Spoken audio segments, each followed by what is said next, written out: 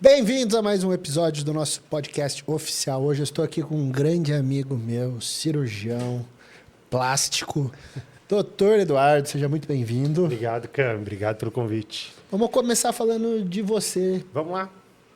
Você sempre quis ser médico? Esses dias fizeram essas perguntas por causa do dia do médico. É. Tava gravando conteúdo pro dia do médico, fizeram bem as perguntas. Rapaz, eu acho que eu me lembro de querer ser médico, eu tinha uns 5, 6 anos de idade. Eu não lembro o motivo, eu não lembro o porquê, mas foi a partir desse momento que eu... Talvez porque minha mãe é fisioterapeuta, né? Então eu sempre via ela em hospital, fazendo trabalho em hospital, na clínica. E aí tive essa vontade, comecei a me interessar pela medicina aí bem novo. Mais novo que meu filho que tá ali. E vestibular foi difícil passar? Antigamente era difícil, né, cara? Você lembra, né? Antigamente não era fácil, não. Eu fiz Eu fiz o terceirão, não passei, aí fiz um cursinho, aí fiz um ano de cursinho lá em Curitiba também. O terceirão eu fiz na Desembargador Mota, nem existe mais o cursinho lá. E depois fui na Vicente Machado ali, né, o cursinho positivo. E aí no segundo ano eu passei. Eu passei no primeiro semestre da Federal. Você também fez lá, né? Também fiz Você fez lá, é. Que ano que você fez? Eu entrei em 2005. Eu saí em 2005. Olha só. Por isso que eu nunca te vi na Chopada. Por isso que a gente nunca viu na Chopada e no Centro Politécnico lá, no RU. É. Era 1h30 o almoço. 1h30. Minha né? graduação inteira foi 1h30. A minha também, 1h30. O do centro, lá perto do HC, que é o Hospital da Federal, sabe onde que é? Sei. Sabe ali, né? O RU. Aham. Acho que é do lado da reitoria da Federal. Lá era 1,50, era mais caro. Nossa. Lá era 1,50, ficava pesado. Eu achava o máximo. Saía da aula da anatomia, ia pro RU. Nossa, era demais, cara. A gente adorava ali. Naquela época, o RU ajudava um monte, né? Que 1,30 para estudante já era um dinheirinho ali que era bom para fazer mais tudo barato que queria. do que um salgado, uma coca. Mas, naquela época era. A cantina era mais cara. A cantina era bem mais cara. E aí, fez medicina, você Isso. já sabia que você queria operar ou não?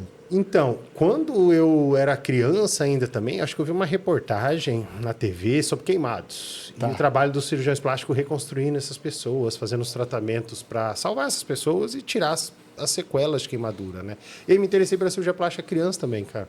Então, eu já entrei na faculdade querendo fazer medicina e cirurgia plástica. Então, eu já entrei com essa ideia na cabeça. Bem direcionado. E fui até o fim com essa ideia. Bem direcionado. Fui fazendo a faculdade, fui vendo as matérias e fui me interessando mais para esse lado cirúrgico, né? Mas sempre tive também bastante interesse por nutrição, exercício físico. Então, chegou uma época ali, na hora que fui escolher a residência, que até pensei um pouquinho, talvez fazer medicina do esporte, mas a área cirúrgica falou mais alto. E aí, para fazer plástica, tem que fazer. Então, para geral fazer antes. cirurgia plástica, a gente acaba a faculdade, então a gente faz 6 anos de faculdade, para quem não conhece aí como que é a faculdade de medicina, a gente faz 6 anos de faculdade, depois a gente faz 2 anos de cirurgia geral e depois 3 anos de cirurgia plástica. Então, é uma formação de 11 anos, Tá. né, até a gente conseguir aí pegar o título de cirurgião plástico. É um tempinho. Isso fez tudo em Curitiba. Fiz tudo em Curitiba. Eu fiz a faculdade na Federal, lá no Centro Politécnico, depois no HC, e as residências eu fiz pela PUC, aí no Hospital Glorioso Cajuru. Ali é bom para pegar a mão, né? É, não é? Quem é de Curitiba sabe o que a gente está falando. É SUS. Chega SUS, baleado, Politrauma. politrauma, lá chega de tudo. É um hospital muito bom para esse atendimento de emergência, então a gente aprendeu bastante. Pois Uma é. grande escola. o pessoal. Igual HC também. O pessoal não. Quem não entende um pouco assim de instituição de ensino, né? Às vezes pensa que é ruim trabalhar no SUS, mas é onde o cara pega a mão, né? É onde a gente aprende, né? Por exemplo, a gente vê países, às vezes, que o treinamento cirúrgico nem se compara com o brasileiro. Até os Estados Unidos, que é referência para praticamente tudo. Lá, o cirurgião residente, ele só vai pôr a mão mesmo no paciente lá no final da residência. Né? Aqui no Brasil, não. Até pela alta demanda que até o Sistema Único de Saúde traz, a gente já na faculdade, na verdade, a gente já faz algumas coisinhas. Né? E na formação de residência, aí é a residência mesmo. 80, 90 horas por semana de trabalho é um negócio bem puxadinho. Não, essa foi a época bolsa, boa. E bolsa igual de pesquisa. Bolsa de... Mil e pouquinho. Na minha época era 1.300, eu acho, a bolsa. Era a mesma bolsa do mestrado. 1.300. 1.300 pila. Aí os colegas formados já comprando carro e coisa. Todo mundo, né? O pessoal que sai da 1.300. faculdade e já vai direto para trabalhar, né? Ou pega essas medicina de família, alguma cidadezinha para trabalhar, já vai ganhando bem pra caramba. Na época a gente viu o pessoal saindo da faculdade ganhando, na época, né? Isso foi em 2005, ganhando 15, 20 mil reais por mês, que era um salário absurdo naquela época, né? E a gente lá tinha que se contentar com os 1.300. Aquele negócio como é que fala? É a gratificação tardia, né? Espera. É verdade. É isso aí. Mas sabe que às vezes eu penso assim, igual o pessoal fala, eu passei por isso pela questão do stricto sensu, né? De fazer mestrado, Sim, doutorado, sim. os colegas tudo já... Quantos anos foram também? Mais ou menos isso, né? Quase Dá 11 anos. mais, são 5 de graduação, na federal é 5, farmácia, mais 2 de mestrado, mais 4 de doutorado. É isso aí, 11 anos 11 também. anos, 11 anos também. É tempo pra caramba. Aí você vê os amigos tudo já... Já se acertaram, acertando, né? você Já lá. fazendo até família, a gente lá ainda estudando, né? Mas sabe o que eu costumo dizer pro pessoal? É como se você estivesse puxando uma mola. Aham. E depois você vai tracionar mais essa mola, você passa mais tempo se preparando, ela te joga mais longe. Exato. Né? É, exato, é uma boa analogia. É isso mesmo, é isso mesmo. Realmente hoje, se a gente for... o número de faculdades de medicina no Brasil explodiu depois que eu me formei, né? Então, hoje, esse médico mais generalista, ele quase não tem mercado, né? Fica muito limitado o mercado para ele, né? Tanto que hoje em dia aí o cara tem que ter um Instagram Com para conseguir certeza. paciente. Seja ele ou é isso. Na nossa faculdade, ninguém ensinava isso, né? Hoje em dia, na medicina, ou você está numa rede social, ou também está fora do mercado, mas qualquer área hoje, né? Hoje está complicado. Se você está na rede social, você está fora. Exatamente. E falando em cirurgia, você terminou a tua residência. Isso. Ficou em Curitiba um Fiquei tempo? em Curitiba... Não, eu terminei em 2011. Fiquei em Curitiba alguns meses só para acertar a minha mudança para Maringá, né? Eu buscava um lugar que o mercado não fosse tão grande ainda, igual o de Curitiba, tivesse um pouco menor para começar, vamos dizer... Começar um pouquinho melhor, né? Achava que seria mais fácil começar, mas no fim das contas deu o meu trabalho. Você sai do zero de qualquer lugar, né? Sai do zero de qualquer lugar. Então, na cirurgia plástica, diferente às vezes de outras especialidades, né, os hospitais não te contratam. Né? A não ser que você queira fazer trabalho reconstrutor.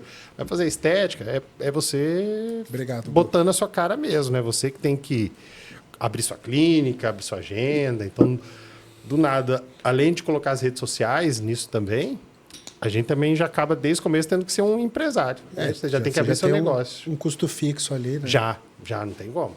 Antigamente não tinha os coworking igual tem hoje, que ajuda um monte, né? Mas antigamente não tinha. Ou você abria ou você ficava de fora também. E o que você mais gosta de operar? Então, cara, eu sempre tive muito interesse por essa área de nutrição, esporte. O que eu sempre mais gostei de operar foram cirurgias corporais, para transformar o corpo das pessoas. Então, minha especialização foi mais voltada, todos os cursos que eu fiz depois da residência, foi sempre mais voltado para lipoaspirações e cirurgias mamárias. Hoje a gente faz praticamente só lipoaspirações, lipo-HD, né, que é mais falada aí do momento, e as cirurgias de mama. Né? Isso é o que eu mais faço e é o que eu mais gosto também. E assim, eu sei, conheço teu trabalho, porque a Fran operou contigo. Isso. E até você me deu a oportunidade de assistir, achei o máximo. E você tem algumas ideias um pouco modernas. Temos. Né? Porque antigamente a recomendação era ficar um mês de braço cruzado, né? Podia fazer nada, não se mexia. Isso. E aí, no dia que você operou a Fran, ela estava alongando o peitoral. Isso. Boa. Explica pra gente um pouco sobre essa visão, mudança, né? Então, realmente, na minha formação era isso, né? Você fez uma cirurgia, seja ela qual for até.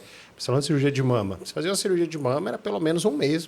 A mulher não conseguia fazer mais nada. Então, ela perdia ali a capacidade, às vezes, de trabalho dela, às vezes até essa capacidade de cuidar da casa, se for o caso, né? Então, hoje, as técnicas elas mudaram muito, cara. Então, hoje a gente faz uma cirurgia de mama, não é que a gente força a recuperação, né? A gente tem que fazer a cirurgia de uma maneira tão pouco invasiva e traumática para o paciente, para ela conseguir essa recuperação rápida, né? Seja para prós de mama, de recuperação rápida, que é de um dia para o outro, ou no caso da Fran, que é uma cirurgia um pouquinho diferente, uma troca de implante, que aí a gente precisa pelo menos uma semana. Mas com uma semana, o paciente já está fazendo tudo mesmo. E o alongamento peitoral a gente faz porque, como a gente coloca a prós debaixo do músculo, mexeu no músculo, ele contratura. Então, ele fica com uma contratura muito potente. Se a gente não alonga esse músculo, a contratura vai ser tão forte que daí, realmente, o paciente não consegue mais se mexer, né? Teve uma paciente especial que eu esqueci de dar essa orientação de movimentar o braço e ela ficou com uma dor absurda, que foi minha esposa. Tá. Então, eu ia falar, ela por um acaso está aqui.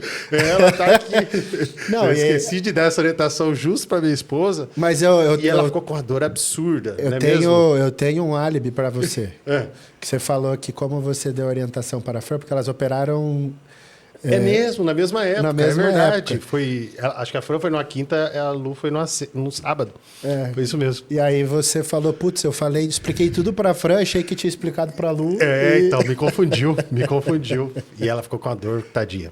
Foi doído. Porque é uma contratura muito forte, né? E a contratura, para quem não sabe, é como se fosse um torcicolo, né? Você não consegue se mexer mesmo. E isso nos braços a gente inviabiliza também. Então a gente tem que alongar o peitoral, né? Ou para trás ou para cima, para poder. O músculo vai ficar contraturado, mas não tão forte que a pessoa sinta muita dor. Não, e sabe que isso é interessante? Porque teve uma atleta minha uma vez que ela tinha muita dificuldade de desenvolver o posterior dela. Tá. E aí, posterior de coxa, né? E aí eu fui com ela no Kleber Caiado, que é um baita fisioterapeuta. Sim. E aí a gente chegou lá e falou, Kleber, dá uma olhada aí, porque tem alguma coisa que impede o posterior dela desenvolver. O glúteo desenvolvia bem e o posterior zero.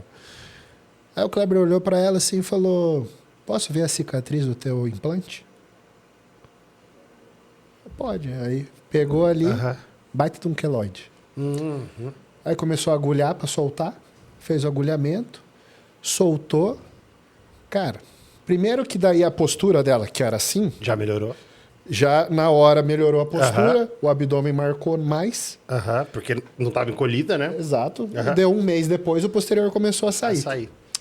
Porque a gente fala assim, cada músculo tem sua face, mas na verdade é uma só. Né? Começa lá no dedão e vai até na cabeça. Então é a mesma face. Então qualquer retração que você tem em alguma área do corpo pode refletir em outra. Sem dúvida, sem dúvida. Então é realmente o fisioterapeuta é excelente mesmo, que foi pegar num lugar que a maioria iria só na coxa, né? Sim. A maioria iria só na coxa.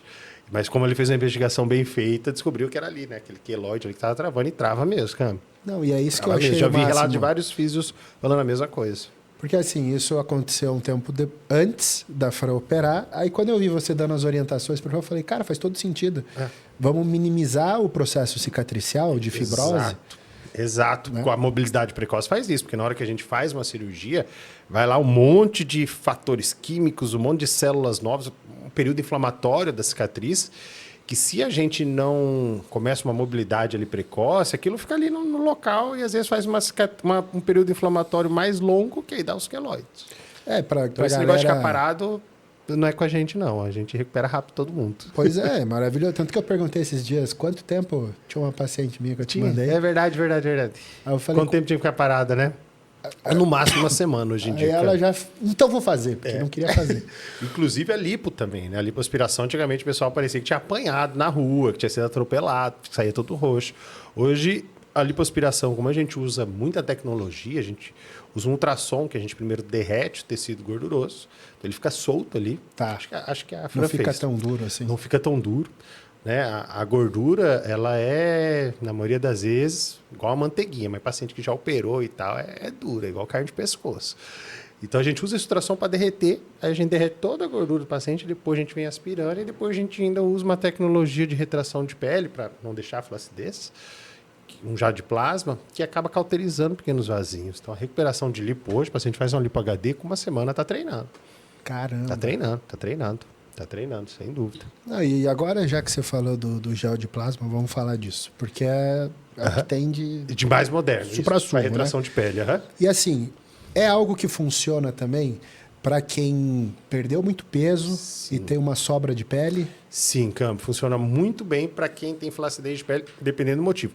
Só que aí, na perda de peso, depende. Se o paciente fez uma perda de peso com você, com a Fran, com um médico que educou direito esse paciente, vai ser legal.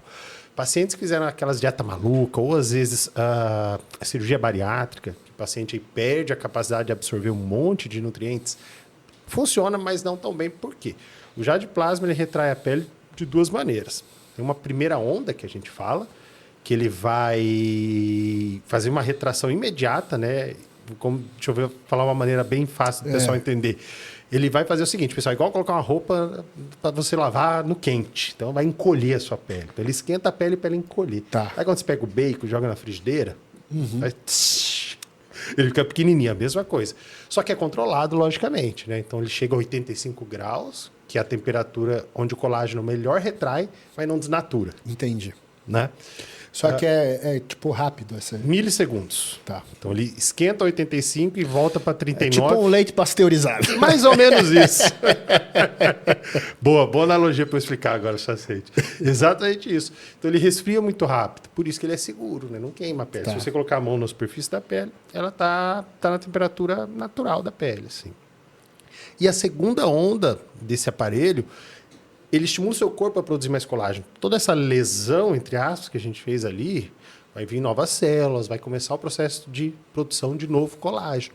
Aí, esses pacientes que estão, às vezes, pacientes pós-bariátricos, né, aquela cirurgia de reduzir o estômago, estão, às vezes, desnutridos, não estão bem preparados, aí a resposta não vai ser tão boa. Falta matéria-prima para produção do colágeno. Exatamente. E foi isso. Não só isso, né? Mas, por exemplo, quando a gente pensa num paciente, às vezes, mas na idade, pacientes com 60 anos, funciona igual? Depende do paciente, né? Hoje, você pode falar melhor que eu. Tem pacientes de 60 anos seus melhor do que paciente, às vezes, de 30, de Muito 20. melhor. Então, depende de como está o paciente. Se o metabolismo dele estiver legal, os hormônios estiverem adequados, a dieta estiver legal, ele vai responder bem à tecnologia. Agora, um paciente, dependendo da idade, se não tiver esse outro lado bem legal, não funciona tão bem. Por isso que a gente vê tantos resultados diferentes. Minha amiga fez Renuvel. Renuvel é a marca principal, né? Pode falar a marca, né? Pode. Renuvel é a marca principal dessas tecnologias. Até para o pessoal entender o gel de plasma, né? O gel de plasma. Isso aí que eles vão pôr na internet e vão achar. O Renuvel, onde que eu estava mesmo?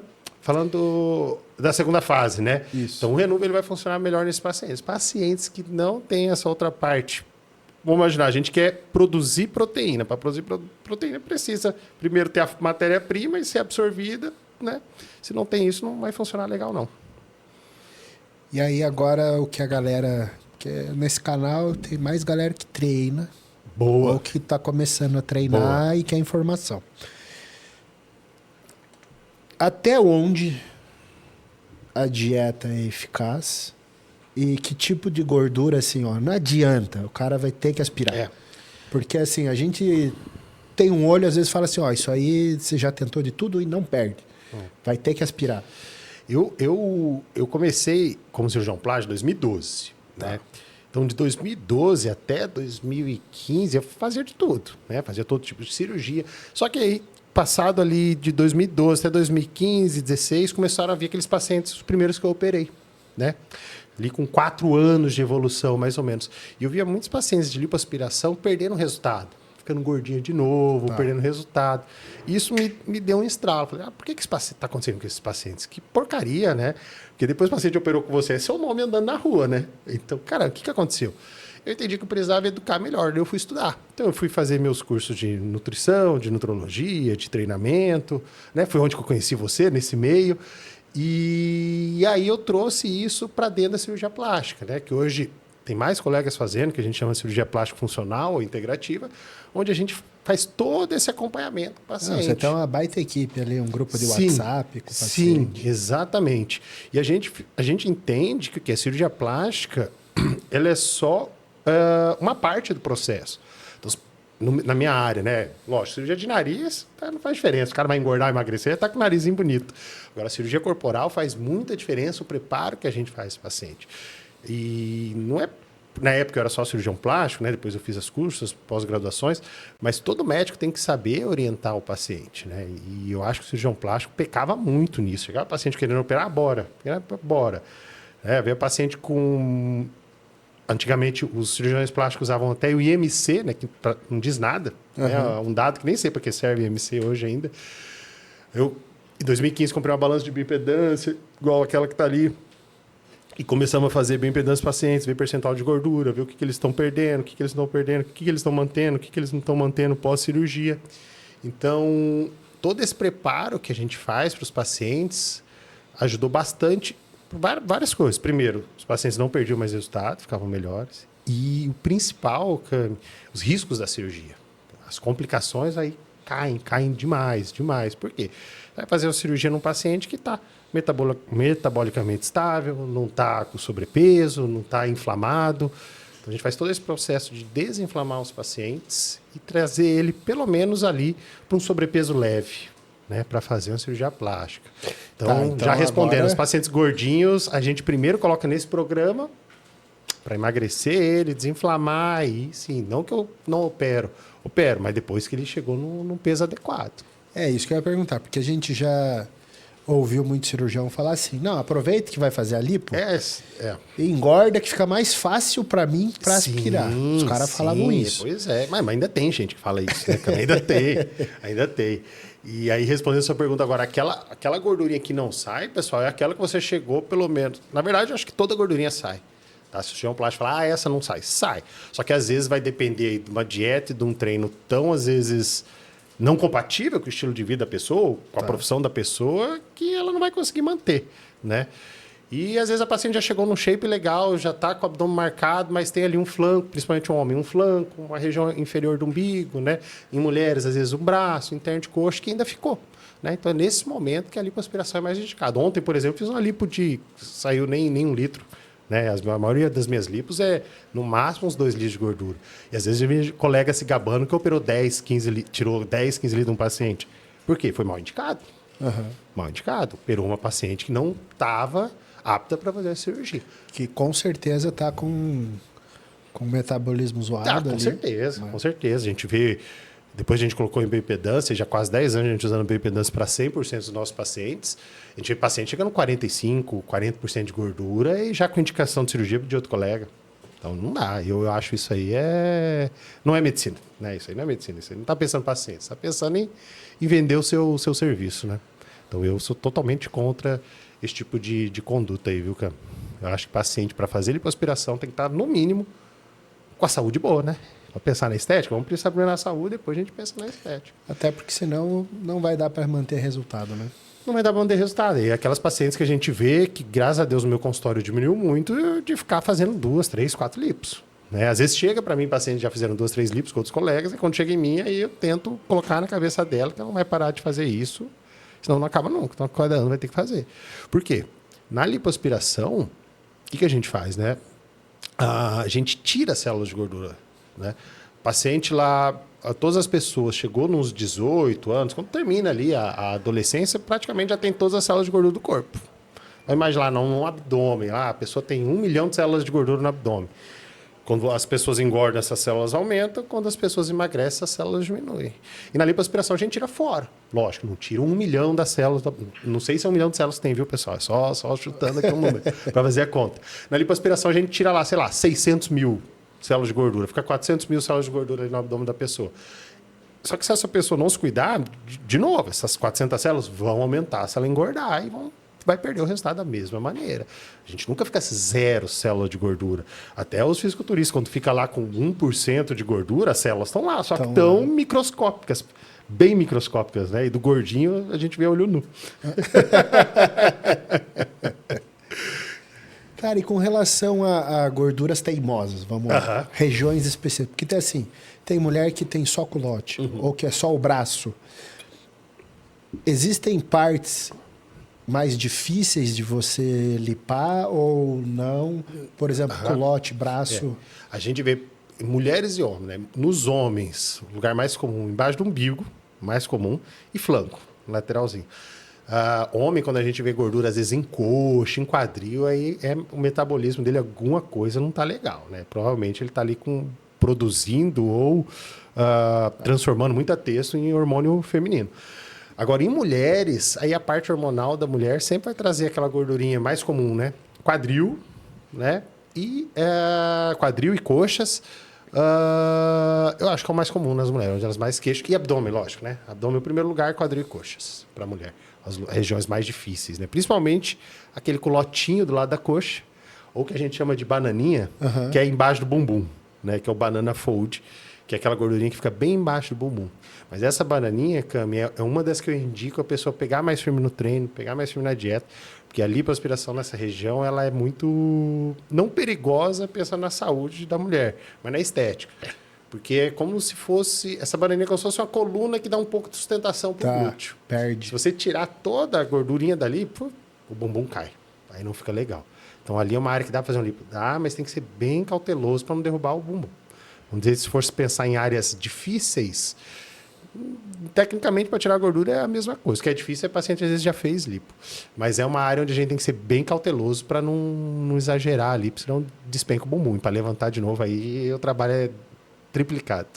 Então, lipar braço, lipar culote não é tecnicamente mais difícil? Não, não é. Não é mais difícil, né? O que a gente tem que fazer durante a lipoaspiração é tomar cuidado para não exagerar na lipoaspiração ou lipar muito próximo da pele, que senão pode desvascularizar a pele, ter problema de circulação do sangue ali na região. Mas, tecnicamente, o que dificulta na lipoaspiração são pacientes mal preparados, né? Que não estão bem para fazer a cirurgia, ou pacientes que já fizeram cirurgia, porque daí fica tudo duro. É igual tentar tirar leite de pedra. E assim, não sei se é percepção minha ou tem reduzido o número de morte em lipoaspiração. Porque antigamente a gente ouvia falar meio direto na mídia. Direto, né? Perfurou o intestino, não sei o quê. Assim, a principal causa, eu acho que, infelizmente, Cami, eu acho que não diminuiu. Talvez o pessoal está com uma assessoria melhor. Tá. Os hospitais estão com assessorias melhores, estão abafando mais os casos. Mas estatisticamente não diminuiu.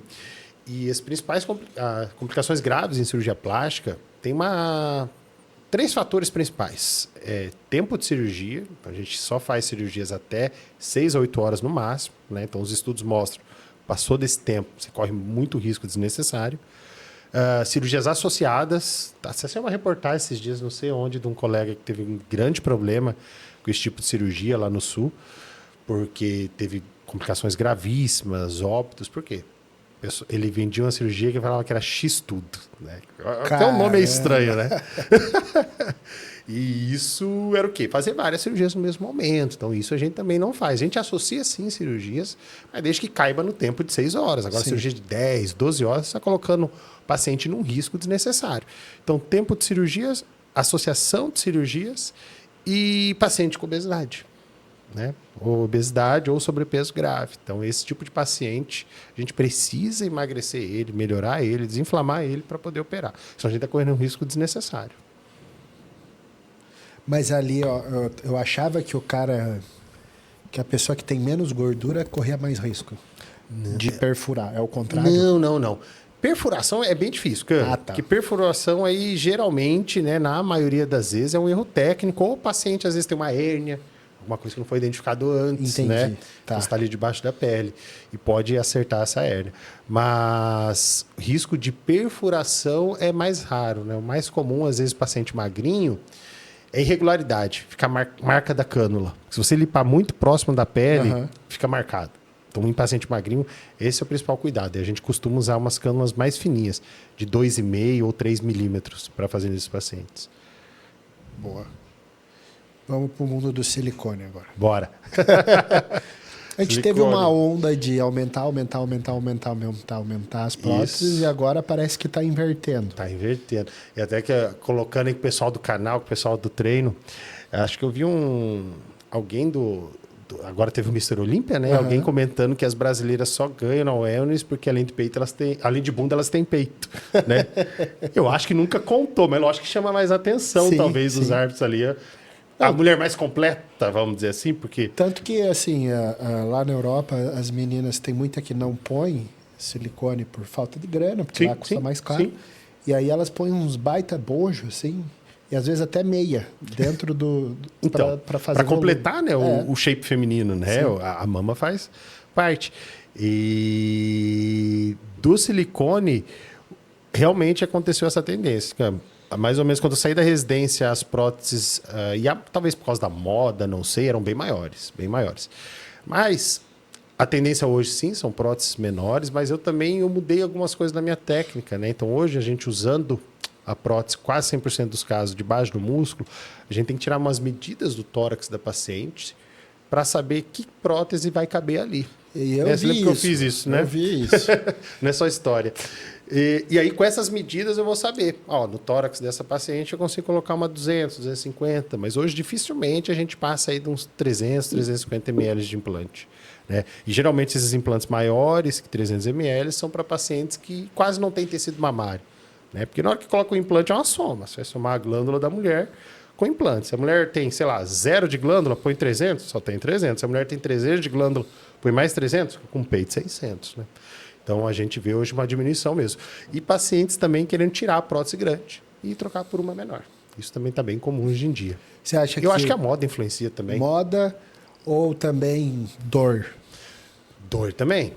A Luísa, minha esposa que está ali, a gente fez uma troca de implantes dela ano passado e foi por causa da dor nas costas. E postura, né? Porque na hora que... imagina uma mama, ela tinha uma prótese de 600 ml, gente. Imagina 1,2 kg aqui no seu tórax, te puxando para baixo da hora. Dói pra caramba. Não só as costas, mas a própria pele da mama fica dolorida, com esse peso puxando. Então, a questão do peso é uma questão que a gente leva muito em conta. A gente tem que tomar cuidado. Mas com relação ao material das próteses, teve uma evolução de mudança na densidade das próteses, alguma coisa desse tipo que... Você tem um volume maior pesando menos ou não? Não, Cam. Tentaram fazer isso já. É uma pergunta boa, cara. Tentaram fazer isso já, mas não deu certo. Tem uma empresa alemã que tentou fazer uma prótese com o mesmo volume, mantendo a consistência, mas mais leve. Mas não deu muito certo. O que mudou é que antigamente tinham próteses que eram... Você vê filmes americanos bem antigos, assim, as mulheres com as mamas grandes de implante... bem grandes com implante e eram próteses de solução salina. Então, era como se fosse uma bexiga enchida de soro. Então, a consistência era de uma bexiga cheia de água. Uhum. E depois foi evoluindo até chegar o gel de silicone. Né? Tanto que nos Estados Unidos não era liberado o gel de silicone até, se não me engano, uns 10 anos atrás. Né? Era só esse tipo de prótese, só essa bexiga cheia de soro. E agora é gel de silicone. Então, pessoal, por exemplo, se você cortar uma prótese no meio, é igual cortar uma gelatina. Não escorre, não vaza nada. Às vezes as pessoas têm preocupação, né? Se vai ter problema, se estourar alguma coisa, não. O gel de silicone é totalmente coeso. Então, se tiver uma ruptura, algum problema com o seu implante, não vai espalhar pelo corpo. A galera viaja, né? Viaja não pra aperta caramba. Que vai estourar. Não aperta, não sei o que, não é difícil estourar. Estoura, sim, quando a prótese envelhece, né? Prótese muito velha, às vezes se rompe pelo tempo. Mas hoje em dia nem tem mais aquela regra de tem que trocar a prótese a cada 10 anos. Não, pode ficar com a prótese o tempo que for, só vai trocar se um dia tiver algum problema. E como identificar se é necessário trocar? A prótese? A prótese, geralmente, pela queixa da paciente. Então, mulheres que querem aquele colo marcadinho, aquele decote marcadinho, mesmo sem usar um sutiã, ou usando uma roupa que não faça isso, aí só o implante desse resultado. Então, qualquer tipo de cirurgia mamária, mesmo redução, lifting, você não consegue o colo, né, e o decote da mulher bem marcado, sem sutiã, se não tiver com implante. Daí fica uma mama natural, né? Mais vazia em cima e mais cheia embaixo, mama natural. E já que você falou de formato, tinha uma época que a gota era super moderna. Hoje em dia a procura é por qual tipo de formato? Mais a prótese redonda, Cam. Mais a prótese redonda. A prótese gota anatômica eu gosto de usar bastante. Eu acho que ela dá um resultado bem natural e bem bonito para as pacientes. Mas elas ainda buscam mais aquela que marca um pouco mais o colo. Tá. Na verdade, as duas marcam bem o colo. Só que a redonda, o começo dela é mais abrupto, né? Então, dá um solavanco maior. A anatômica ela vai aumentando mais gradualmente. Mas as duas dão um colo bonito. E com relação à posição da prótese? Porque às vezes as pessoas acham, não, por baixo do músculo não vai marcar o colo. Então tem que ser por cima. Como o Caminha tem bastante paciente mulher, sabe que são as queixas dela. Sabe tudo igual o cirurgião plástico. É que você é o cirurgião plástico sem bisturi, né? Existia essa mítica, até na minha formação existia essa mítica aí. A prótese para dar colo bonito tem que ser por cima do músculo e tamanho grande. Só que isso é bobeira, por quê? Um colo marcado e um decote bem definido com sutiã, quase toda mulher consegue. Se colocar um sutiã, dependendo do peito, se for um peito que está lá no joelho, pôr um sutiã que ajeita tudo ali, vai ficar legal, né? Vai ficar um decote legal. Mas sem sutiã, que aí as coisas mudam. Às vezes vai usar uma roupa sem sutiã, um vestido sem sutiã. Aí que muda bastante. Então, a primeira coisa que a gente tem que pensar é na estabilidade desse implante. Então, se esse implante está no lugar. E peso para a pele segurar, não dá estabilidade nenhuma. Então, uma prótese que está por cima do músculo é igual um carro na lama. Ela vai ficar solta lá. O paciente vai deitar, vai vir para os lados, vai tirar o sutiã, vai descer. Então, a técnica de baixo do músculo garante essa estabilidade. E com a prótese estável, sem se mexer, a mulher pode tirar o sutiã e ela está no mesmo lugar. Né? Diferente da prótese, quando a gente põe por cima do músculo, que geralmente ela vai se posicionar mais baixo, mais para um lado, aí perdendo o colo e o decote da paciente. Isso aí é bem recorrente, né? Bem recorrente, bem recorrente. Então, e com o tempo, a pele vai cedendo? O peso, sim. Imagina, ali 300 gramas na pele da mama, a mulher vai envelhecendo, vai passando tempo, né? Mesmo que ela se cuide demais, a pele sempre vai ficando mais fraca. E ela vai se posicionando mais embaixo, mais embaixo, mais embaixo, até chegar o momento da troca. Não tem como fugir, não tem como fugir. Próteses por cima do músculo vai precisar fazer alguma troca, mesmo que a prótese não dê problema, por causa da estética mesmo, porque ela vai se posicionar mais baixo, mais cedo ou mais tarde. E com relação a colocar por baixo, antigamente a mulherada reclamava que a recuperação era horrível, que doía muito. Demais, né? O que mudou? Por que eu não escutei choro em casa? Antigamente, pessoal, faziam às vezes as próteses debaixo do músculo com o dedo mesmo, cara. Então, faziam um espacinho no músculo peitoral e fazia assim, os dois lados, tava aberto o espaço. Só que sangrava um monte. Aí o pessoal colocava a prótese ali para fazer a hemostasia com a própria prótese. E era isso a cirurgia. O pessoal fazia a cirurgia submuscular em 15, 20 minutos. Aí, logicamente, sangue é inflamatório. Sangue em contato ali com a costela, com o pericôndrio, vai doer pra caramba. Então, a mulher realmente sofria muito, tinha muita dor. Então, hoje, a gente faz a cirurgia de uma maneira que faz pouquíssima lesão no paciente. A gente não pode deixar nem um resquício de sangue ali no espaço que a gente abriu para pôr a prótese. Vamos passo a passo aí, calma aí. Tá indo muito rápido. Primeiro, você usou um bisturi que já cauteriza. Isso, boa, cara. Então, a gente já usa um bisturi elétrico, pessoal. Então, ele não é um bisturi, uma lâmina fria que a gente fala, né? Como se fosse uma faquinha. Não, ele é um aparelhinho que vai cortando e cauterizando. Então, a gente prefere realmente esse tipo de bisturi, por quê? Justamente para isso, para controlar sangramento. Outra coisa que a gente faz, a gente não vai... Cauterizar é queimar, cauterizar é queimar. Parar de sangrar. Sabe aí, vocês viram aqueles filmes que o pessoal corta alguma coisa e coloca no fogo para parar de sangrar? É a mesma coisa, só que feito no centro cirúrgico, um aparelho específico para isso. Então, a gente cauteriza os pequenos vasinhos. Mas mesmo assim, às vezes a gente... inadvertidamente, a gente às vezes pode abrir um vasinho desse. Então, o que a gente faz? A gente tenta fazer a cirurgia de um jeito que a gente olha antes onde está o vaso e já pega ele antes de sangrar. Então, a gente já vai cauterizando antes que ele sangre. Então, essa é a cirurgia. E se por acaso sangrar algum vasinho, logicamente, a gente cauteriza, mas a gente tem que tirar todo o sangue do espaço que a gente fez. Então, a gente lava. Você lembra disso? Lembro. Não? Fica lavando, até sair uma água tão clara que dá até para auxiliar beber. Brincadeira. Estagiário? Estagiário bebe. Aí, se não tiver gostinho de sangue, está liberado. Qual é o tamanho do corte para passar uma prótese? Para fazer o implante mamário simples, o aumento mamário simples, perdão, em torno de uns 4 centímetros, 3 a 4 centímetros. É bem pequenininho, bem pequenininho. Mesmo a gente está falando de submuscular. Mesmo submuscular. Abaixo do músculo. Mesmo submuscular. Então, a gente usa uma luz aqui na cabeça, né? E para a gente conseguir enxergar lá dentro. É uma cirurgia que quem está de fora não vê nada, né, cara? Só vê eu mexendo lá, mas não dá para ver nada. Porque realmente é um espaço muito pequeno. Então, só dá para uma pessoa ver mesmo. E aí, para entrar a prótese, você tem uma técnica... Isso, diferente. Cone ali. Um cone. A gente usa...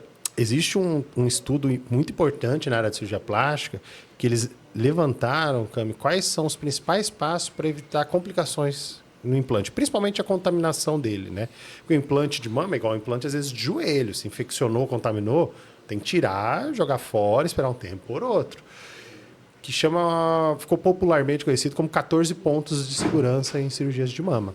Então, esses 14 pontos, dentro desses 14 pontos, tem a gente diminuir o contato do implante com a pele do paciente. Porque na própria pele tem aqueles micro-organismos indolentes, mas que às vezes se multiplicar demais pode fazer uma infecção crônica, mesmo que não vai trazer risco para a saúde do paciente, fica às vezes drenando o líquido pela mama por anos. Então, a gente usa esse cone, né, esse funil de inserção, o nome dele é funil de Keller, que a gente põe a prótese dentro e faz essa cirurgia sem encostar a minha mão na prótese e também a prótese não encosta na pele do paciente. Uma maneira para trazer mais segurança. E agora vamos para a sutura. Bora. Porque eu lembro que você usou um fio diferente.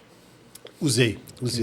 Para mim explicar, você falou que era um arame farpado. Isso aí, é isso Tá. aí. E o nome é isso mesmo, é o barber shooter, ou fio farpado, onde a gente usa um fio, pessoal, que é como se fosse um arame farpado mesmo. Ele é cheio de espinhozinhos. Você viu, né, cara? Cheguei a te mostrar, né? Ele é cheio de espinhozinhos assim e ele trava na pele. Então, na hora que a gente faz a incisão, né, separamos as bordas, vamos fechar novamente. As bordas ficam sem... Elas não trabalham mais. Então, na hora que o paciente no pós-operatório for inchar, então toda essa sutura vai ser forçada pelo edema pós-operatório, ela não se afasta. É natural se afastar um pouquinho e tal, né? Mas ela não deixa afastar nada esse tipo de sutura. Então, eu gosto bastante dela. E se fosse um fio liso, daí Se fosse fio liso, quando o paciente incha, ele sempre trabalha um pouco, né? Então, pode causar cicatrizes mais largas do que poderia ser, né? Ou hipertróficas. Então, eu prefiro usar esse fio que ele garante ali que a cicatriz não vai ficar mexendo. E aí outro ponto importante para a gente falar, que você comentou comigo, que às vezes na hora de colocar a prótese por baixo do músculo, o cirurgião acaba cortando um pouco a inserção do peitoral. Né? E aí a gente vê a prótese juntando uma na outra. Assim. Exatamente, cara. Isso aí a gente chama de simastia, né? Tem mulheres que já nascem assim e tem mulheres que é iatrogenicamente mesmo, né? O cirurgião que causa isso. O mais comum é na prótese por cima do músculo até. Tá. Por quê? É mais fácil, né? Você vai abrindo ali por cima do músculo. É pele só, né? É só pele. E às vezes a mulher quer lá colocar 500, 600, 700 ml de prótese. O tórax dela, sei lá. O tórax da mulher tem 30 centímetros, né? Se ela colocar duas próteses com base mais larga que 15, vai encontrar uma na outra, vai ficar uma simastia. Ou no submuscular, quando o músculo peitoral, na hora que ele se insere no externo, ele tem, na verdade, todo o músculo peitoral tem duas camadas. Tem a superficial e a mais profunda. Essa camada mais profunda do músculo a gente solta. Mas a mais superficial você não pode mexer. Se mexer, pode acontecer de encostar uma na outra também. Mas o pior problema do peitoral é você liberar muito ele do externo. A gente libera mais só da costela, não libera tanto do externo. Se liberar muito do externo, ele sobe igual... Eu achei que tinha uma persiana aqui. Ele sobe igual uma persiana. Vem aqui para cima. Aí já era. Aí é uma complicação bem grave. Que chama window shading, ou persiana mesmo em inglês. O músculo sobe. O músculo. Se você soltar ele um pouquinho demais do externo, ele se retrai todo para cima. Que é a mesma coisa do cara romper o bíceps, vai lá para cima. Puxa lá para cima. Exatamente. Tá. Então, do externo a gente não solta praticamente nada. Quando solta é meio centímetro ou milímetro só. Porque senão ele sobe e aí para arrumar é muito difícil. Aí tem que trazer ele para o lugar, esperar por uma prótese só em outro momento. O paciente sai da cirurgia sem prótese. Daí. Nossa, que complicação. Essa acorda é decepcionado. Acorda não tem nada, né? Tem menos ainda. Não, essa é complicada. Tem que tomar muito cuidado. Agora, vamos falar de volume de cirurgia. Boa. Uma vez você comentou comigo que é estatístico, né? Quanto mais cirurgia, maior a probabilidade do cara ter uma complicação. Com certeza. Por múltiplos fatores. Com certeza. Teu número, assim, ideal para você ficar tranquilo, você opera quanto? Menos 5%, né, de complicações tem que ser, né? Não digo, quantas cirurgias? Quantas cirurgias? Mês. Mês? Eu fico em 10 a 15 cirurgias mês, Cami. É o número que eu sei que minha equipe consegue dar um atendimento de primeira para os pacientes, que eles não perdem a experiência, seja na clínica, comigo, com minha equipe ou no hospital. E eu também consigo ter a paz que eu quero. 15 cirurgias por mês é o meu número máximo, assim, né? Costumo não marcar mais que isso por mês, não. Né? Pensando não só em mim, né? Mas também nos pacientes, né? Se eu estou mais descansado, melhor, vou trabalhar melhor, né? Sim. Dar um resultado melhor para eles. Por dia é uma, então? Geralmente uma só por dia. A gente às vezes associa duas, quando às vezes tem paciente que faz prótese de mama, que a prótese é uma cirurgia muito rápida. Tipo, só pôr a prótese? Só pôr a prótese, não tem que levantar o peito, nada. Dura em torno de 1 hora. Então, essa a gente faz mais de uma por dia. Mas a maior parte das nossas cirurgias, pessoal, dura em torno de 4 a 5 horas. Então, a gente prefere fazer só uma por dia mesmo, também para dar todo esse atendimento para o paciente, né? Bacana. O que você vê de de tendência agora, novidade? Tendência e novidade. Acho que o principal é a Lipo HD. Por quê? Né? Explica o que é a Lipo HD. A Lipo HD, pessoal, a gente faz a lipoaspiração. Antigamente a gente fazia a lipoaspiração tudo por igual. Então o abdômen do paciente ficava igual essa mesa aqui, ficava reto, né? Hoje em dia a gente tenta nas áreas de inserção muscular fazer uma lipo superficial. Lembra que eu falei, tem que tomar cuidado para não fazer lipo superficial, senão marca. Sim, a gente faz isso querendo marcar um pouco, né? Nas áreas de inserção muscular. Então, linhas semilunares, na linha alba aqui no meio, né? Região musculatura do oblíquo também, falando em abdômen, né? Fazendo no braço, nas coxas, nas costas. Mas é isso, a Lipo HD é uma lipo que a gente faz, vamos imaginar, se for comparar com a tradicional, tem a parte que a gente lipa tudo por igual, mas depois, nas áreas de inserção, a gente vai fazendo ali, como se fosse um martelinho de ouro, né? Fazendo essa lipo superficial bem delicadamente nessas regiões para marcar mais ali as inserções musculares. E esse resultado tem como o paciente estragar ele? Tem. Um paciente ou cirurgião também dá para estragar. Aqui dá para falar dos dois. O cirurgião, como que ele estraga esse paciente? Quando ele não limpa muito bem o paciente e deixa uns gominhos parecendo umas bisnaguinhas. Você já deve ter visto foto disso daí. Sabe aquele gordinho que tem esmagando a barriga na cerca? Mais ou menos assim que fica. Então, lipoaspiração HD, pessoal, não quer dizer que a gente vai criar gominho de gordura, não. Se criou isso, o cirurgião fez ali algo que não deveria ser feito. A gente tenta tirar o máximo de gordura possível e aí nas áreas de inserção muscular limpar um pouquinho mais. E, logicamente, o paciente, cirurgia corporal, é metade do trabalho do cirurgião e metade do paciente. Se o paciente não se cuidar, cara, vai perder o resultado, vai estragar. Mesmo que nessas áreas de lipo superficial, que a gente deixou pouquíssimas células de gordura, se engordar, o corpo vai pôr ali, né? Geralmente os pacientes falam, eu fiz lipo no abdômen, mas agora eu tô com os braços gordos, a gordura foi pro braço. Não, o paciente engordou, consumiu mais caloria do que devia, e aí onde tem mais células vai aparecer mais, né? Sim. Que a área que foi lipada fica com menos células, né? Exato. É a mesma coisa, mesma analogia para a ginecomastia. A ginecomastia é uma pauta boa que o pessoal treina também. Às vezes o pessoal faz ginecomastia e depois, voltou a ginecomastia. O que aconteceu? Já viu casos assim? Já. Exato. Por que acontece? A gente vai lá tirar a glândula debaixo da areola do homem, né? Então a glândula era assim, a gente reduz a glândula, mas a gente não pode tirar 100% da glândula, senão acontece o quê? Desvasculariza a areola. Aí necrosa a areola, o cara fica sem areola. Então a gente tem que deixar pelo menos 0,5 centímetro de glândula. Só que aí, dependendo do paciente, se ele continuar se tirar usando muito, o hormônio... não fica afundado também? Ou fica afundado. Ou fica afundado. Mas mesmo chegasse um cara, quero tirar tudo, que não quero mais lidar com isso, não dá. Não sei que ele queira ficar sem areola, aí beleza, sem biquinho, aí beleza. Aí a gente já tira junto. Mas pode crescer de novo, porque aquelas poucas células que estão ali, se receber o estímulo hormonal de novo, elas vão crescer de novo. Então não é uma cirurgia para sempre. Agora eu posso, nem vou cuidar mais do meu estrogênio. Né? Tem que cuidar, tem que continuar cuidando. Não. A pessoa vai repetir o que causou, né? Exatamente. Exatamente. E repete. Repete. E repete. Mas já que você falou de auréola, quando tem a auréola assimétrica, É comum. dá para corrigir ali na hora de fazer a cirurgia? A gente tenta deixar sempre o mais próximo possível, né? Tem alterações de areola com posições diferentes, que geralmente é por causa da pele mesmo. Uma pele tem um pouquinho mais que o outro lado. Mas às vezes, que a gente não consegue corrigir e é difícil, geralmente areolas que são não mais alto e mais baixo, mas uma mais centralizada e às vezes outra mais para o lado, que são por causa de alterações do tórax. Às vezes o tórax da paciente é mais assim de um lado e mais assim do outro. Entendi. Aí esse lado vai ficar olhando mais para cá e o outro mais reto. Então, dependendo do tórax da paciente, às vezes tem posições de areola que a gente não consegue mexer muito, não. É porque a gente vai apoiar a prótese em cima da costela. Se a costela é retinha, os biquinhos vão olhar para frente. Mas tem paciente que tem tórax mais assim, vai olhar um pouco mais para dentro. Tem pacientes que tem assim, vai olhar um pouquinho mais para fora, e tem pacientes que tem assimétrico, um lado de cada jeito. Aí vai ter o biquinho um pouquinho posicionado diferente. É a estrutura óssea mesmo. Estrutura óssea, aí não tem como mudar. E já que estamos falando de osso, essa história de tirar a costela para afinar a cintura? Isso aí foi polêmico esses dias também, você viu? E olha que... O Marilyn Manson tirou? Marilyn Manson, né? A Thalia. Lembra?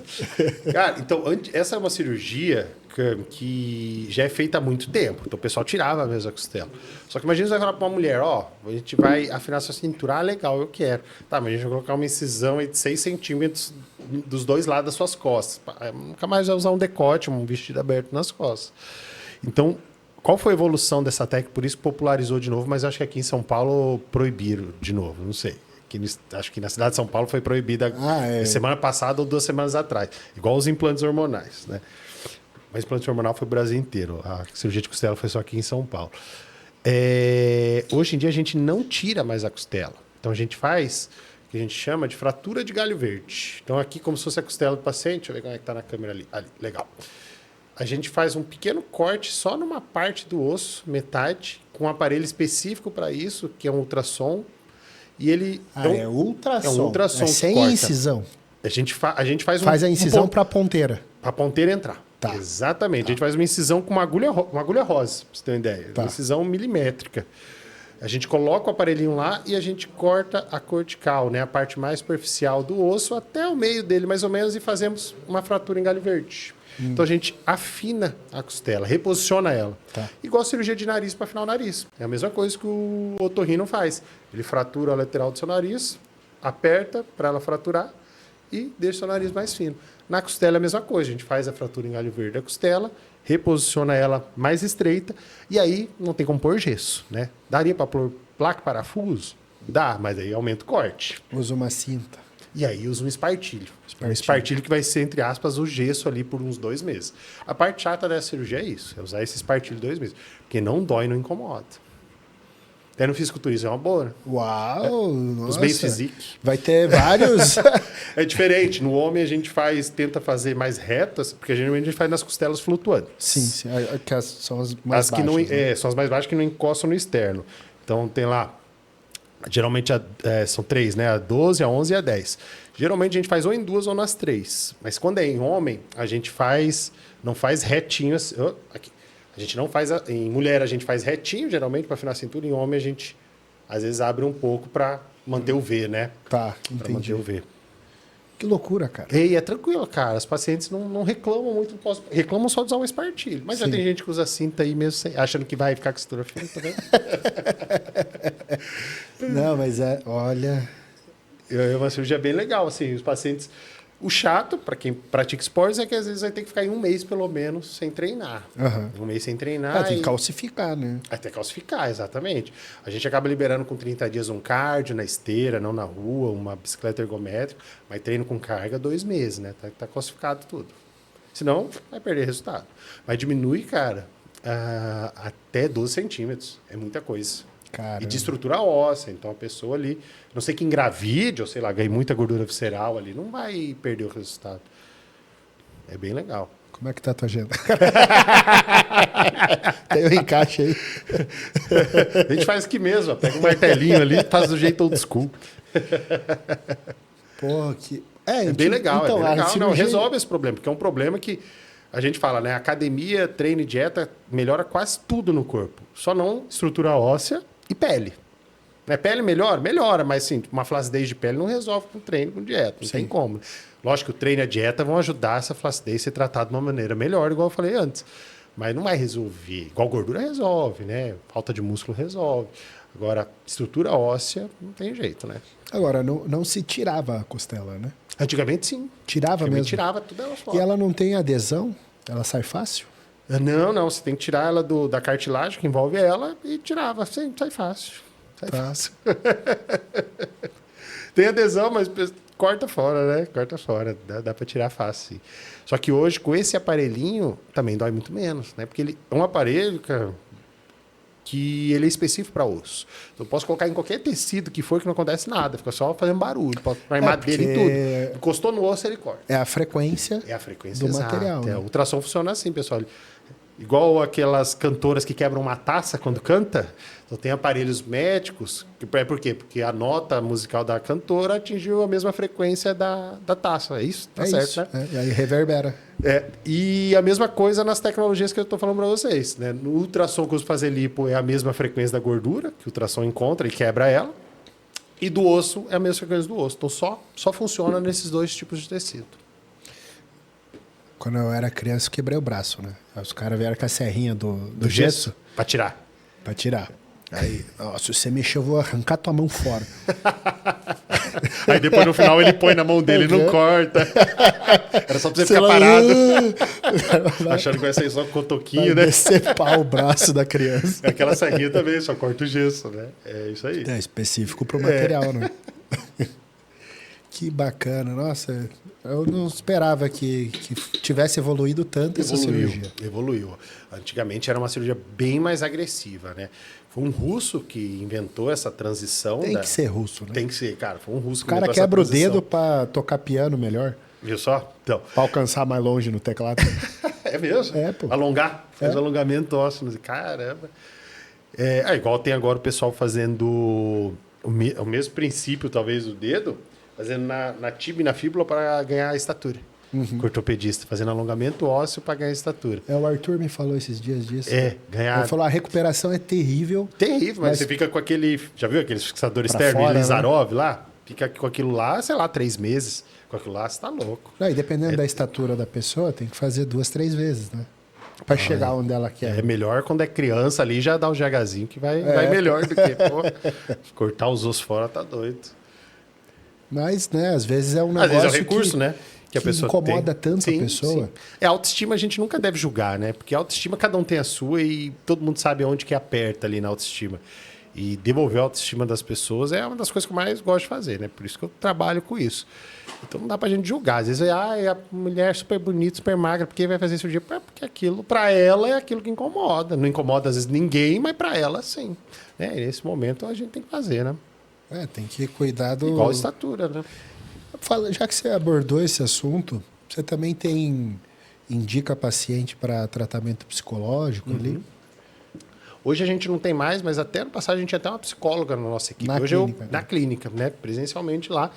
Todos os meus pacientes, antes de fazer a cirurgia, tem uma avaliação nutricional, né? Tem uma avaliação psicológica e a minha avaliação. Então, depois todo mundo conversou, preparamos o plano dietético e anti-inflamatório, pré e pós-operatório, conversou com a psicóloga, tá tudo legal, aí que eu vou fazer a cirurgia. Então, a gente acha muito importante esse preparo também. Porque, às vezes, assim, a paciente tem que estar preparada para o período de repouso, para o período que vai estar inchada, né? Porque a cirurgia plástica primeiro fica feio para depois ficar bonito. Sim. Né? Às vezes se preparar, às vezes tem psicológico para alguma intercorrência, alguma complicação, então é importante. Muito importante. E aí tem uma coisa que é a expectativa da pessoa. Porque assim, meu pai é arquiteto, né? Então, ele sempre falava, a pior coisa é você fazer a obra e a pessoa... E o cliente chegar e... Ela imaginava que ela seria feliz naquele lugar. Sim. Seu pai falava isso como arquiteto? Ele falou, então, às vezes a pessoa... Ela tinha uma esperança de salvar um casamento com uma reforma. Sabe esse tipo de coisa? Você transporta o problema para...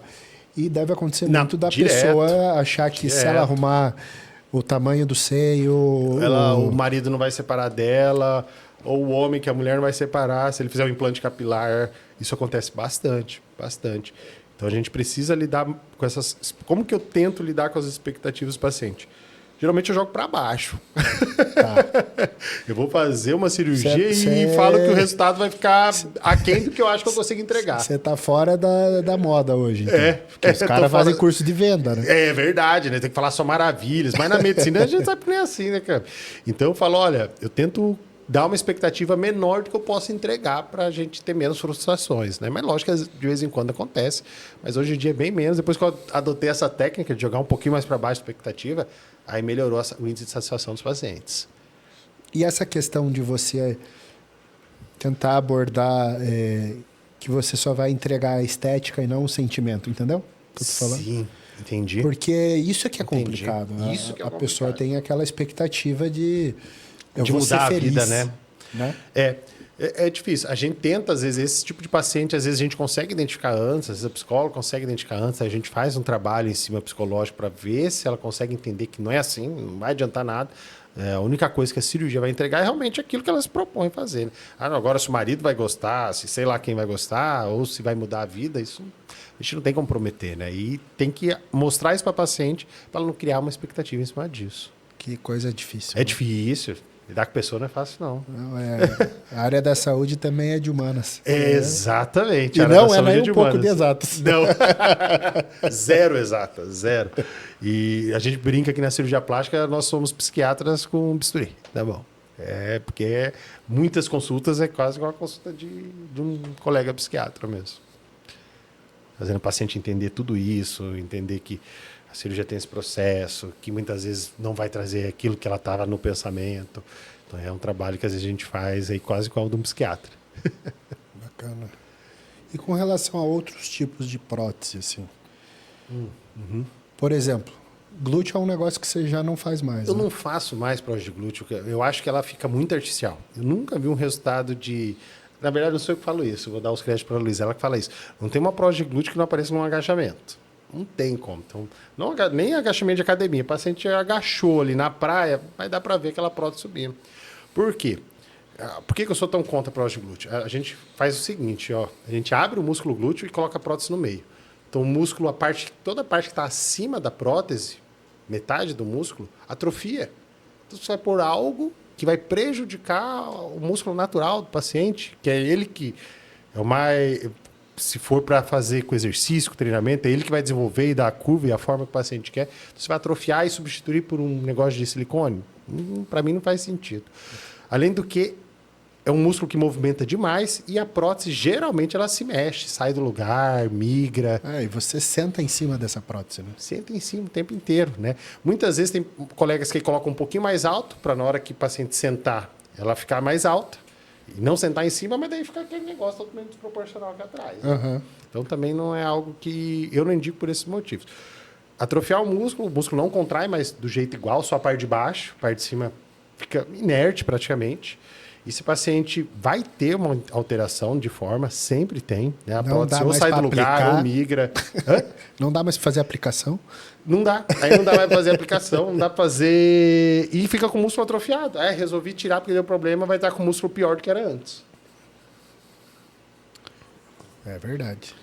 E essas outras, panturrilha, bíceps, esse tipo de coisa? Sim. Panturrilha é uma prótese. Eu não faço, eu não acho que o resultado fica muito legal. Hoje em dia eu não faço mais, mas é uma prótese que tem colegas que fazem e é uma prótese legal de ser usada ainda.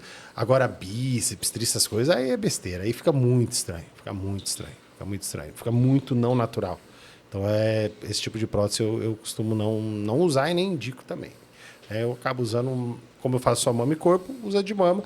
Para as outras áreas do corpo, eu tento usar a própria gordura do paciente, quando preciso dar aumento, né? Tá. Ou outros preenchedores. E essa coisa de fazer, né? Aproveitar a gordura que ele põe e fazer a injeção. É duradouro esse feito? Então, a gente tira a gordura, sei lá, do abdômen e vamos colocar no quadril da paciente, às vezes para melhorar uma depressão trocantérica, alguma coisinha assim. A gordura, o enxerto pega em mais ou menos uns 15 dias. Então, depois desse tempo, o que está ali, a pessoa vai ter isso aumentado se engordar ou diminuído se emagrecer, mas não some mais. Então, até 15 dias é o período de pega. Depois que passou esse período, aí é duradouro.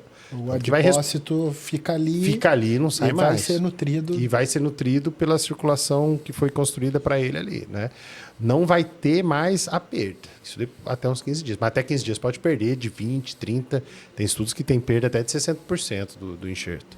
Né? Mas é nesses primeiros dias, não é com o tempo. Mas aí a questão para reduzir a perda é aplicar mais locais, menor volume? Porque se você fizer um bolsão muito grande... Exatamente. A gordura a gente nunca pode fazer um bolos grande assim, porque senão a região central não vai ter vascularização e acaba perdendo.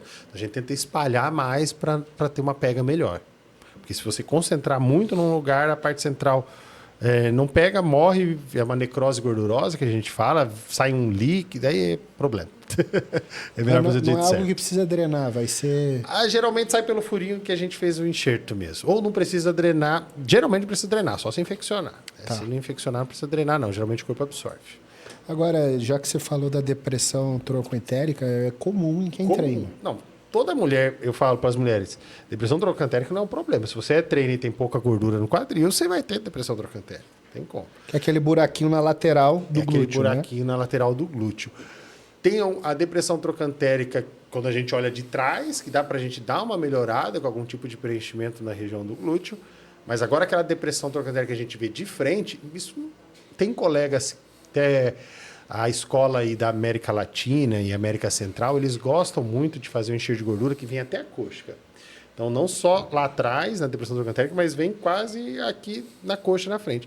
Mas acaba criando aquele glúteo que glúteo e a coxa é uma coisa só, fica muito feio. Eu não gosto desse resultado. Porque aquele bumbum parece uma fraldona, sabe?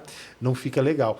Então, eu prefiro corrigir mais a parte quando a gente vê a mulher de costas, mas quando a gente vê de frente a depressão trocantérica, que é da coxa aqui, da inserção do glúteo no fêmur, essa eu não corrijo, não. Eu deixo, eu acho bonito.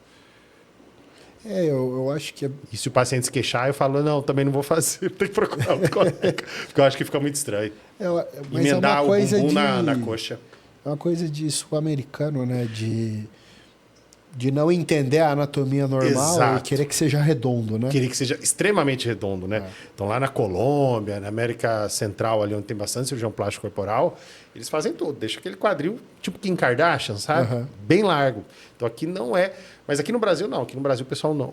As pacientes não gostam desse tipo de quadril. Né? Esse quadril que é zero depressão trocantérica, assim, nem de frente, nem de costas. Aqui o pessoal não é muito fã disso daí, não. Lógico que tem as que são adeptas, mas aí tem outros colegas que fazem.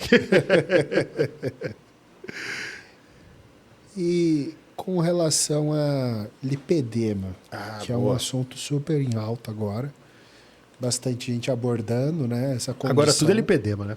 É tudo. Né? Mas assim, o que você vê que realmente é lipedema e o que é cirúrgico e o que não é cirúrgico? Essa pergunta é boa pra caramba. Por quê? Porque hoje, a gente sabe, né? Hoje está o tempo dos vendedores, do marketing, do tem que vender, não sei o quê. Então, hoje, eu brinquei tudo é lipedema, porque hoje as indicações para tratamento de cirurgia de lipedema estão absurdas. Então, o paciente chega lá com IMC de 48, 50, metade do corpo da pessoa é gordura, imagina o grau de inflamação que ela não está. Mas, logicamente, ela vai ter um lipedema. Né? Logicamente, uma mulher, no caso. Ela tem... edema no corpo inteiro. Exato, exatamente. E aí a gente vê o pessoal fazendo lipoaspirações de 10 litros, 15 litros para tratar esse lipedema. Mas eu acho que não é por aí. Né? Eu acho que é igual... Você postou uma vez um caso, que até eu salvei esse caso, que às vezes eu coloco em umas aulas, você postou no Stories, um tratamento de lipedema que você fez só clinicamente e ficou era uma isobesa. Absurdo de bom. Então, o que eu tento falar para os pacientes que chegam com lipedema, eu falo, a cirurgia não vai resolver nada no seu caso. Primeiro, você tem que fazer tudo isso aqui, ó. Aí depois, é o que eu digo, não existe lipedema com BF baixo. Nunca vi. Já viu? Não. Também não. Muito difícil, muito difícil. Muito difícil. Mas tem uma paciente magra que tem um lipedema e... Não, às vezes é magra e é falsa magra. Às vezes o percentual de gordura é 30 e é magra. Exato, essa que é a questão. Exato. Né? A composição corporal das pessoas. Exatamente. Às vezes a pessoa acha que mas ela pesa só 60 quilos. Mas às vezes desses 60 quilos, 30 quilos é gordura. É uma falsa magra, que a gente chama paciente que geralmente, muitas dessas falsas magras ainda são sarcopênicas. Né? Não tem musculatura, né? Ou muito pouco para a idade. Então eu acho que o tratamento de lipedema é importante, tem que ser feito. Mas primeiro, é multidisciplinar. Primeiro é toda a reeducação de estilo de vida, hábitos. Fazer a paciente Se você não faz a paciente perder, sei lá, pelo menos uns 10, 20%, 20% não, mas pelo menos uns 10% de gordura, para chegar num percentual de gordura que eu, para operar minhas pacientes, eu uso, que é de 30, né? Eu só opero quem tem percentual de 30 para baixo. Né? Mais que 30, não dá, tem que fazer outras coisas antes. Ela já vai aprender como cuidar depois dessa cirurgia para não ter um retorno ali do lipedema. Né? Agora você vai lá, você tira toda a gordura do paciente, ela vai se sentir melhor por um tempo. Né? Tô bem, então vou comer esse negocinho aqui porque eu tô bem, né? Não sei o quê. Acho que não vou ganhar de novo. Aí vai, quando vem, ganha tudo de novo. Então é educação da hábitos de vida, estilo de vida, fazer um tratamento metabólico, desinflamar, para depois lá pensar na cirurgia. O problema é que hoje os colegas e os pacientes às vezes atropelam esse processo, né? Quer começar já na cirurgia. O que eu acho que é errado. Né? Todo mundo, né? Para tudo, né? Ninguém está acostumado a esperar pelo resultado mais hoje em dia, né? Mas não dá, né? Quem tem que frear somos nós, né, cara? A gente que é o profissional, a gente tem que frear. Falar, não é por aí. Esse é o caminho. Agora, se ela quiser um resultado rápido, aí é onde a gente vê as complicações, os problemas. Ou a falta de resultado, né? Aí vai ter que refazer, né? Ou vai ter que refazer. Vai sair da cirurgia de lipedema ali, 12 litros, depois come tudo de novo, ou continua inflamada, vai manter, né? Para celulite, assim, existem tratamentos efetivos que dá para fazer. Uhum. Lógico que perder gordura vai resolver muita coisa. Não é? Mas o que você vê assim, ó, que você acha que é recomendado fazer algum tratamento tal para melhorar essa questão da pele? Eu acho que aquela paciente, né? Quem vai falar bem de celulite aqui vai ser a Luísa depois. Mas aquela paciente que está com um percentual de gordura ali aceitável, dentro do normal, 25, 30, e tem uma ou outra celulite, ela vai ter o quê? Uma celulite grau 1, que ali aparece uma ou outra quando aperta o bumbum. Uhum. Ou grau 2, fica uma ou outra aparecendo. Essa sim é para tratar. Mas não aquela paciente que está toda cheia de celulite ali, né? Isso aí o tratamento é clínico. A gente vai entrar com tratamento de algum procedimento quando clinicamente ela já estiver legal. Entendi. É sempre primeiro clínico, no meu modo de pensar, sempre primeiro clínico. A cirurgia lá é o último passo do processo. Aí você não tem cliente. Tem. Aí eu tô falando assim, ó, 10 anos falando isso, entrou na cabeça já das pessoas. E bom, quanto mais eu falo isso, mais os pacientes já chegam até na clínica já assim, eu sei que eu vou ter que emagrecer, doutor, eu sei que eu tenho que fazer tudo certinho. Porque a gente sempre tá falando, né, Cam? Então eles vão aprendendo, né? Mas você sabe que... Agora, esse tipo de paciente quer resultado rápido, quer estar gordinha e operar, eu não quero esse paciente. É esse que vai dar problema. É esse que vai dar problema. Saco. Ou um mau resultado, ou uma complicação. E na hora que a gente assume o risco de operar um paciente inflamado, hoje um marcador que a gente introduziu, que é o homocysteína, que é um excelente marcador de risco tromboembólico. Tem paciente que às vezes vai na clínica lá com homocysteína de 15, 20. Não tem como se operar um paciente assim, não tem como. Ferritina lá no céu, todos os marcadores inflamatórios altos. Estetose hepática. Mas vai fazer estética com um paciente de estetose hepática? Não faz sentido. Estética corporal, né? Sim, Estética corporal, gente. Não faz sentido. Para mim não faz sentido. Vamos cuidar só da carcaça. Dentro tá podre. Dentro tá podre. Aí a pessoa... Daí tem os casos, infelizmente, o paciente tem uma complicação grave ou morre na mesa de cirurgião. Mas por que aconteceu? Começou errado, né? Começou errado. Não, o risco tromboembólico ali, né? Absurdo, porque o paciente vai ficar parado na recuperação, vai usar uma cinta que diminui todo o retorno venoso, né? Então o risco é muito alto. Mesmo a gente fazendo ali o Clexane, Versa, para ajudar no pós-operatório, não é só suficiente, né? O que a gente mais gosta de fazer é isso e aquilo que a gente falou no começo, a mobilização precoce. Então o paciente, a gente coloca para andar, acabou a cirurgia, tá bem, tiramos a sonda urinária e colocamos ele para andar e caminhar para diminuir esses riscos. O tal do deambular, né? Deambular. O tal do deambular é um dos mais baratos e um dos melhores para isso. Mas para isso a cirurgia tem que ser feita de uma maneira que também não incapacite o paciente, né? Por isso, cirurgias rápidas, sem ser cirurgia. Imagina uma paciente recebendo para estética 12 horas de anestésico, a acordar 3 dias depois. Sem acordar no sentido de conseguir fazer as coisas do dia a dia. Metabolicamente, né? Metabolicamente, isso. E com relação à sobra de pele, que é um problema... O bariátrico vai ter, todo mundo que... Os atletas mais velhos têm também, né? Como é que aborda? Tem alguma coisa antes de tentar a cirurgia que você gosta? Tem. Para flacidez de pele, o que a gente gosta de usar são bioestimuladores, né, que são substâncias que vão dar uma estimulação de produção de colágeno. Se a gente for usar número para ficar fácil o pessoal entender, sei lá, em torno de 1 a 2%, né, de estímulo de colágeno. E as tecnologias de retração de pele, né? Igual eu falei do Renuve, tem Body Tight, tem Morpheus 8. Mas vamos lá, o cara tá com sobra de pele. Tá. Como que você decide se é só Renuve ou você vai... Ou se é tirar. É o grau de flacidez. Então, pele ruim, muita estria, muito machucada com estria, a gente prefere tirar porque essa pele vai ter um poder de retração muito ruim. Porque a estria é uma cicatriz, né? A estria já é uma cicatriz. É igual um tecido que você... Um elástico que você esticou demais e ele perdeu toda a elasticidade, não volta mais. A gente prefere tirar. Ou, por exemplo, pacientes com uma flacidez muito grave, igual um abdômen avental, que é aquele que dobra por cima da pub, mesmo paciente em pé. Então, nesses casos, a gente tem certeza que é só o corte que vai dar algum resultado legal. Agora, pacientes com flacidez leve, só aquela pele que mexe um pouquinho, ou moderada, aquele umbigo um pouquinho triste, já falando do abdômen, tá, pessoal? Aí a tecnologia resolve. Hoje a tecnologia resolve. A gente foi um dos primeiros a comprar essa tecnologia aqui no Brasil, 2021. Então, a gente já está com quase 600 casos dessa tecnologia. Então, conforme a gente vai usando mais, a gente vai aprendendo mais as limitações. Então, Flacidez leve ou moderada, né, sem abdômen avental, sem excesso de estria, a gente consegue resolver com as tecnologias. E antes dela tem esses tratamentos menos... As tecnologias geralmente conseguem trazer um resultado ali de uns Morpheus 8, Body Tight, em torno de uns 20%, né? E o Renúvel, que é o mais potente, aí, em torno de uns 60%. Né? E o bioestimulador, 2%. E no procedimento entre corte e Renúvel, quanta diferença faz se você precisa do corte no pós-operatório para recuperação? Demais. Porque quando o paciente faz o corte, por exemplo, na plástica abdominal, ele tem que andar curvado muitas vezes, né? Alguns colegas já deixam andar reto, mas a maioria ainda pede para andar curvado e fica com uma cicatriz bem extensa. Muitas vezes é necessária. A gente consegue evitar uma cicatriz extensa, a recuperação dele vai ser muito mais rápida, né? Por isso que a gente consegue, às vezes, o paciente que fez aquela técnica Mila, que é a abdominoplastia minimamente invasiva, que a gente vai fazer daí a corrigir a diástase por vídeo, em vez de fazer o corte, uma semana está na academia. E algo que antigamente era 2 meses, né? Que o paciente podia voltar. Nossa. Então, ele ganha um tempo absurdo. Que bacana.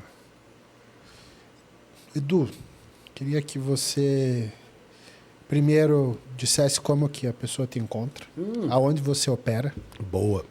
Então, eu tenho a clínica aqui em São Paulo e em Maringá. Aqui a gente opera no Hospital Blanc, ali na Bandeirantes. E em Maringá a gente tem a clínica e a gente opera no hospital, lá em Maringá também. E para me encontrar, o jeito mais fácil hoje é Instagram, né? Instagram, @dr_Eduardo Nunes. Lá tem todas as informações sobre os procedimentos, sobre as clínicas, sobre consultas, sobre tudo lá. Bastante conteúdo. Eu queria que você deixasse uma mensagem para quem está pensando em fazer uma cirurgia, que vai ser feliz. Boa. Pessoal, primeira coisa que vocês têm que fazer é procurar um profissional que seja um médico, um cirurgião plástico para fazer a sua cirurgia, né? Hoje a gente tem aí muitos cirurgiões plásticos que não são meio de cirurgião plástico de verdade e tal. Então é bom ficar atento com isso. E saber que tem solução, a maior parte das queixas aí de autoestima corporal, a gente tem solução sim, às vezes cirúrgica, às vezes não, igual a gente já falou bastante sobre isso, né? Mas tem um caminho aí para você seguir, seja ele cirúrgico ou não, para melhorar aí sua autoestima. Muito obrigado, Edu. Foi muito bom ter você obrigado. Aqui. Valeu, Camilo. Você é um cara que mora no meu coração. Igualmente. Tamo junto. E você vai voltar mais vezes. Vamos sim. Disso. Obrigado, pessoal. Obrigado. Galera, quem curtiu, aproveita, já se inscreve no canal para acompanhar os próximos episódios e deixa um like aí.